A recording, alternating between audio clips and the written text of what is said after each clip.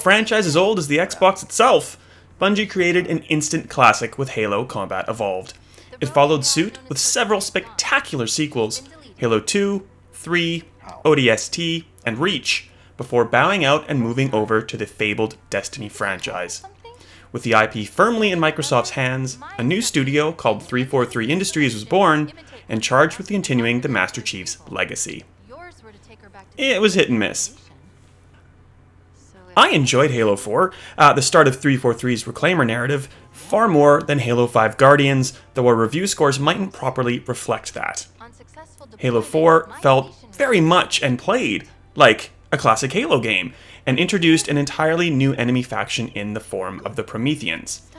It also allowed for new hard-light weaponry and skills that the Chief had never used before, and introduced us to the likes of Spartan Sarah Palmer and the UNSC Infinity, thereby opening the world of Halo up like never before. All up, it was a sign that 343 could be trusted to carry the fabled franchise forward. Let's see what I can find out about her. This was followed up by Halo 5 Guardians, which did every little thing wrong with the giant and thankful exception of multiplayer. The Chief took a back seat, playing second fiddle to a new Spartan named Locke, and a conflict that you knew was going to wrap up far before the game itself did. Co-op was key. Spartans no longer were killed on the field, but first downed, meaning you'd have to go and revive a mate, or go and help an AI teammate, or vice versa, instead of just shooting at bad guys. Gameplay felt better suited for a Call of Duty title rather than a Halo, and the only real saving grace of the campaign was that core story of the Chief, his blue team compatriots, and the ongoing rampancy of his trusty, not so trusty, AI Cortana. In part, Halo Infinite ignores all of this, throwing the story forward in time and offering up what TV producers would term a mystery box for us all to solve.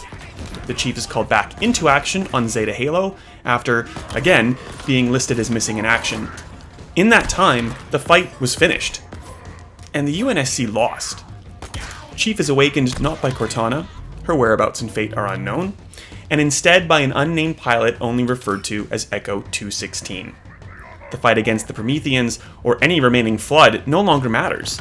Instead, the Chief needs to save the UNSC soldiers who've been stranded on Zeta Halo with depleting reserves and a diminishing sense of hope.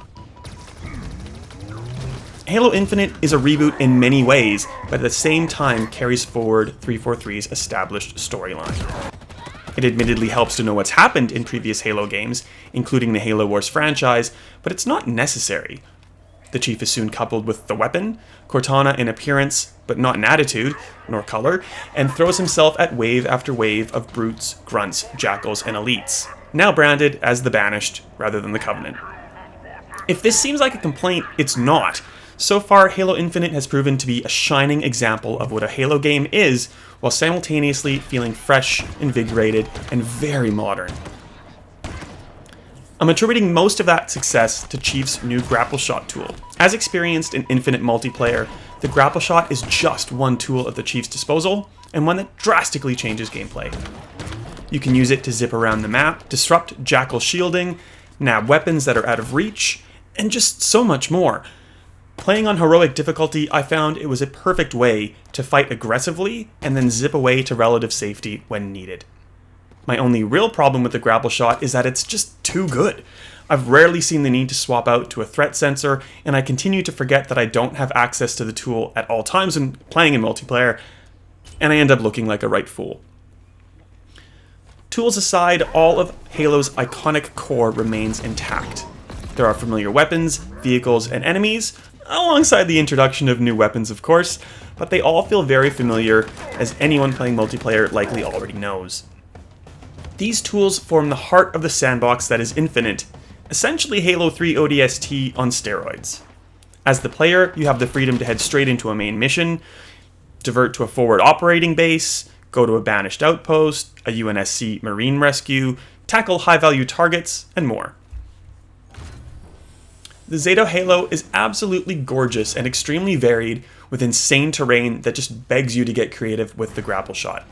Your sense of exploration as the player, and perhaps duty as the Chief, is rewarded through new weaponry, tool upgrades via Spartan points, and the all too important currency of Valor, which in turn unlocks more weaponry and vehicles back at a forward operating base. So far, this combination of old school game from a new angle has proven incredibly enjoyable.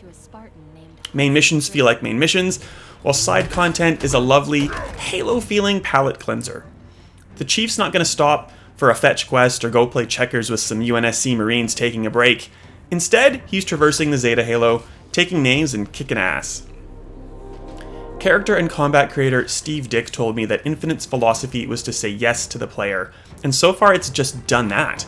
From the removal of fall damage to the introduction of throwable power cores, every action makes you feel like you're doing a Spartan-fueled power play. You're strong, fierce, you're the only one who can save the remnants of humanity on Zeta Halo, and I can't wait for the chance to jump back into Infinite's campaign and do just that. As you've likely pieced together, you've been watching Halo Infinite gameplay that I've captured in the 5 hours that I had to preview the title. You can read my full thoughts not only on the campaign, but on multiplayer and even the Academy and tutorials on Stevivor.com. If you like this video, by all means, please like it, subscribe to the Stevivor YouTube channel, and head back for more Halo Infinite content as we run up to its proper December 8th release. Thanks for watching.